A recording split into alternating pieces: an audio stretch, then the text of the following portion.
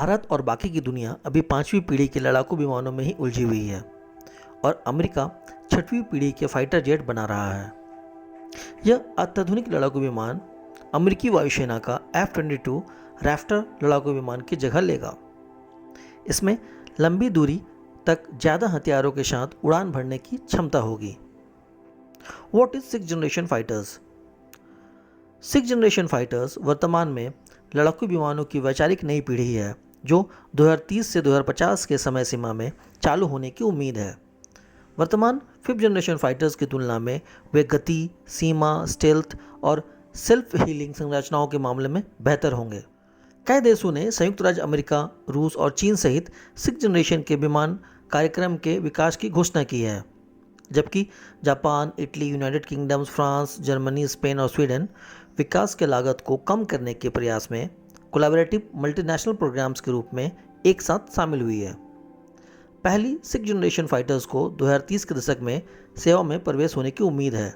अगर सभी देशों की 6th जनरेशन फाइटर्स जेट्स को देखें तो जापान की मित्सुबिशी X2 जो 6th जनरेशन फाइटर जेट है, यूनाइटेड किंगडम की BAE सिस्टम टेम्पेस्ट, रशिया की MiG-41, फ्रांस, जर्मनी और स्पेन की future combat air system FCAS, USA का FA-XS जिसको भी हम लोग डिटेल में देखेंगे। इसके अलावा चाइना की J-28, USA की NG-AD और इंडिया का HAL द्वारा निर्मित AMCA। आइए जानते हैं ये 6th जनरेशन फाइटर जेट कौन सी रोल निभा सकती है। उच्च क्षमता की networking, artificial intelligence, data fusion, cyber warfare, D2D means device to device and battlefield command control and communications C3 capabilities से लैस होंगे। ऑप्शनली ये मैन्ड भी हो सकते हैं और अनमैन्ड भी हो सकते हैं, मीन्स इसमें कोई इंसान चलाएगा या ऐसा भी हो सकता है कि उसको ड्रोन के जैसा कोई इंसान नहीं चलाएगा, रिमोट हम लोग कहीं दूर से बैठ के उसको उड़ा रहे होंगे। इसमें एक ही एयरफ्रेम के साथ पायलट, रिमोट नियंत्रित या ऑनबोर्ड आर्टिफिशियल इंटेलिजेंस नियंत्रित मशीनों का संचालन करने में सक्षम हो सकते हैं। ये enhanced human system integration helmet mounted display के माध्यम से प्रस्तुत किए गए आभासी कॉकपिट के साथ जो पायलट को artificial intelligence enhanced battlefield awareness के साथ 360 डिग्री की दृष्टि की अनुमति देता है और कन्वेंशनल इंस्ट्रूमेंट पैनल्स की जगह लेता है। एडवांस स्टेल्थ एयरफ्रेम्स और एवियोनिक्स से सुसज्जित हो सकती है। एडवांस्ड वेरिएबल साइकिल इंजन जो फास्ट एक्सेलरेट करने में सक्षम है और आवश्यकता पड़ने पर बहुत हाई थ्रस्ट डिलीवर कर सकता है। बढ़ी हुई स्टैंड ऑफ रेंज और BVR beyond visual range missiles हथियार से लैस हो सकती हैं। Laser CIWS means close in weapon system जैसे कि डायरेक्टेड एनर्जी वेपन्स का संभाविक उपयोग कर सकती हैं। तो ये सब कैपेबिलिटीज में हो सकती हैं। इनमें से कुछ विशेषताओं की होना या ना होना अभी अनिश्चित बनी हुई है। इसका विकास करने का समय और लागत इसके व्यवहारिक रोड मैप तैयार करने में प्रमुख कारक साबित होंगे। विशिष्ट आवश्यकताओं को 2025 तक ऑलमोस्ट फिक्स कर लिया जाएगा, तो इसलिए अभी एग्जैक्टली नहीं कह सकते कि कौन सी फीचर्स कैरेक्टरिस्टिक्स में होंगे और नहीं होंगे, पर मोटा मोटा तौर पे ये माना जाता है ये सब होंगे। FA-XS जो है वो 6th generation stealth fighter jet है USA की। FA-XS भविष्य के 6th generation aircraft fighter jet एक विकास और अधिग्रहण कार्यक्रम है जो 2030 के दशक का USA की नौसेना में F-18 सुपर हॉर्नेट को बदलने और F-35C का कॉम्प्लीमेंट है। यह अत्यधिक उन्नत क्रांतिकारी विमान अगली पीढ़ी के उन्नत एवियोनिक्स और नेविगेशनल तकनीक को शामिल करेगा जो पारंपरिक एवियोनिक्स की तुलना में तेज़ी से और अधिक सटीक रूप से डेटा को प्रोसेस करता है, जिससे विमान किसी भी इन्वायरमेंट में अधिक सटीक रूप से उड़ान भर सकता है और बहुत ही तेज़ी से प्रतिक्रिया कर दे सकता है। अगली पीढ़ी के उन्नत एवियोनिक्स पायलटों को अपने इंस्ट्रूमेंट पैनल से या वॉइस कमांड के माध्यम से सीधे नेविगेशन और संचार जैसे नियंत्रण कार्यों तक पहुंचाने की अनुमति देगा। इसका कॉकपिट अधिक कुशल और यूज़र फ्रेंडली होगा। इसके अलावा यह इंटरकनेक्टेड क्षमताएं प्रदान करेगा जो सिस्टम के प्रदर्शन और स्थितियों पर रियल टाइम डेटा की जानकारी देने वाला विमानों में नेटवर्क किया जा सकेगा। इस डेटा का उपयोग विमान के प्रदर्शन और क्षमताओं के लिए और सुधार प्रदान करने के लिए किया जा सकता है। FA-XX अगली पीढ़ी की इलेक्ट्रॉनिक युद्ध प्रणालियों को शामिल करेगा जो इन्वायरमेंट की बेहतर समझ देता है, जिसके परिणामस्वरूप विशेष सेंसर संचार उपकरणों के उपयोग के माध्यम से और बेहतर सिचुएशनल अवेयरनेस प्रदान करेगा। इसके अलावा यह अधिक फ्लेक्सिबल और प्रभावी संचालन की अनुमति देने वाली स्ट्रैटेजिक तस्वीर रियल टाइम में प्रदान करेगा। इलेक्ट्रॉनिक वॉरफेयर द्वारा बदलती परिस्थितियों को जल्दी और सटीक रूप से समायोजित किया जा सकता है।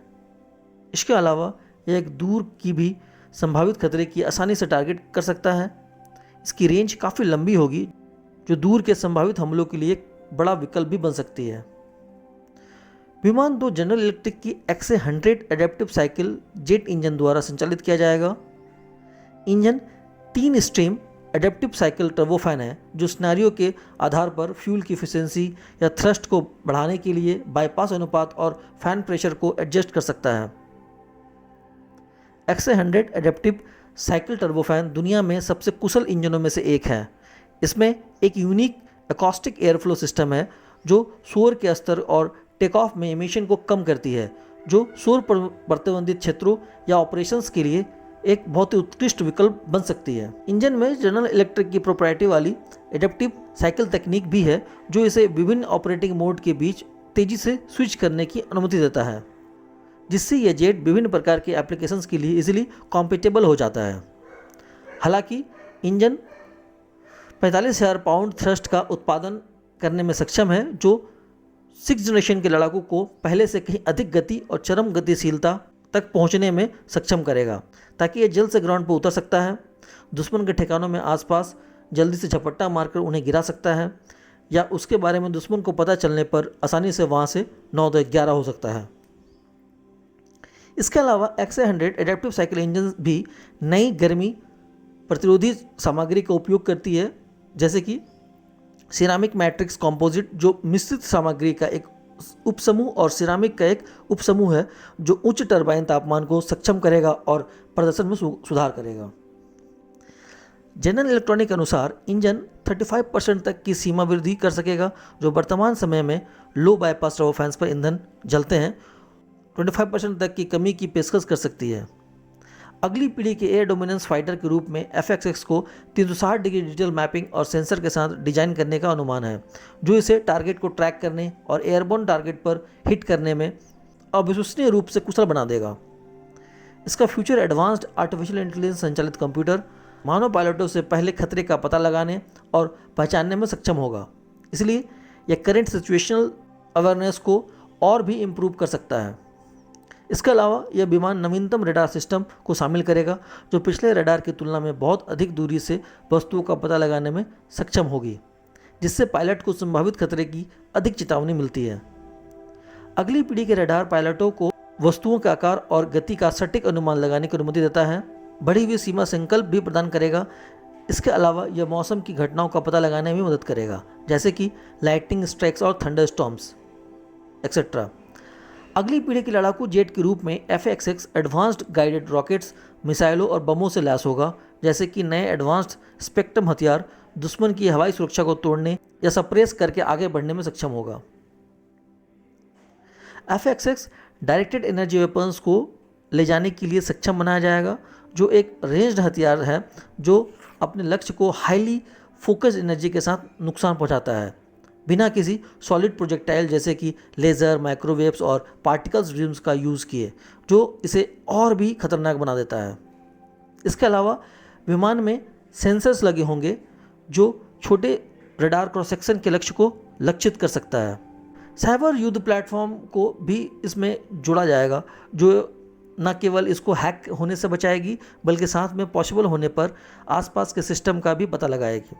हालांकि एक खुला आर्किटेक्चर डिजाइन है, जिससे इसमें अलग अलग सेंसर, पेलोड और हथियार विशिष्ट मिशन की ज़रूरत के हिसाब से लगाया जाएगा या स्थानांतरित किया जा सकता है। इसके अलावा अगली पीढ़ी के स्टील्थ फाइटर्स जेट के रूप में FA-XX के पास एक उन्नत कॉम्पोजिट बॉडी होगी, और जिसमें सभी राउंड रडार चेतावनी रिसीवर कवरेज करने के लिए इसके पंखों में 40 से अधिक एंटीना लगे होंगे।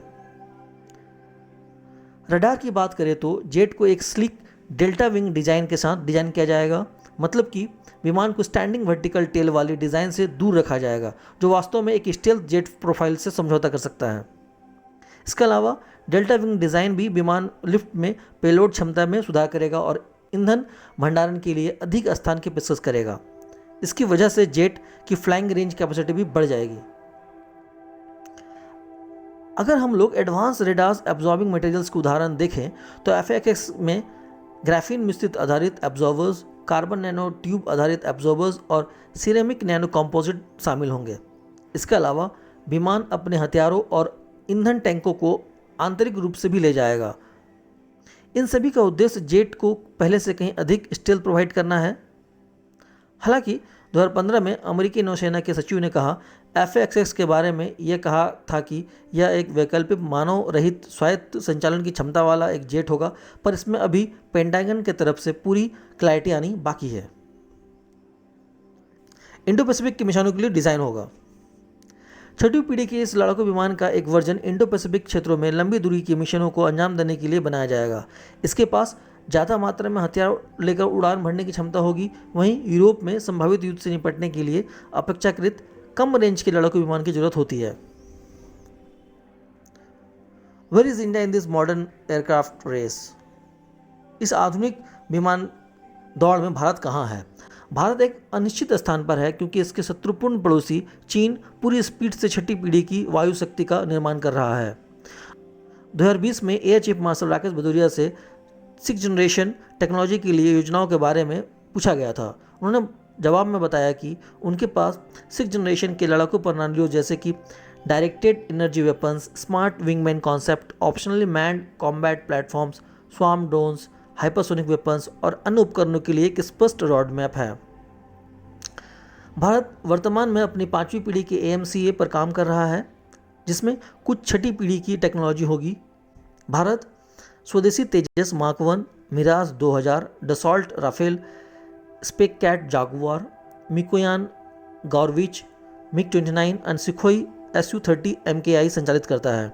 वर्तमान में भारत में 30 तेजस मार्क 1 मल्टीरोल, 51 मिराज 2000 मल्टीरोल जो फाइटर क्राफ्ट है, 36 डसॉल्ट राफेल आने की बात है, अभी 5 ही आई हुई है, 95 स्पेस कैट जागुआर जो ग्राउंड अटैक करेगी और लगभग 50 मिकोयान MiG-29 एयर सुपरियोरिटी है, जबकि मिराज और जागुआर चौथी पीढ़ी के जेट हैं।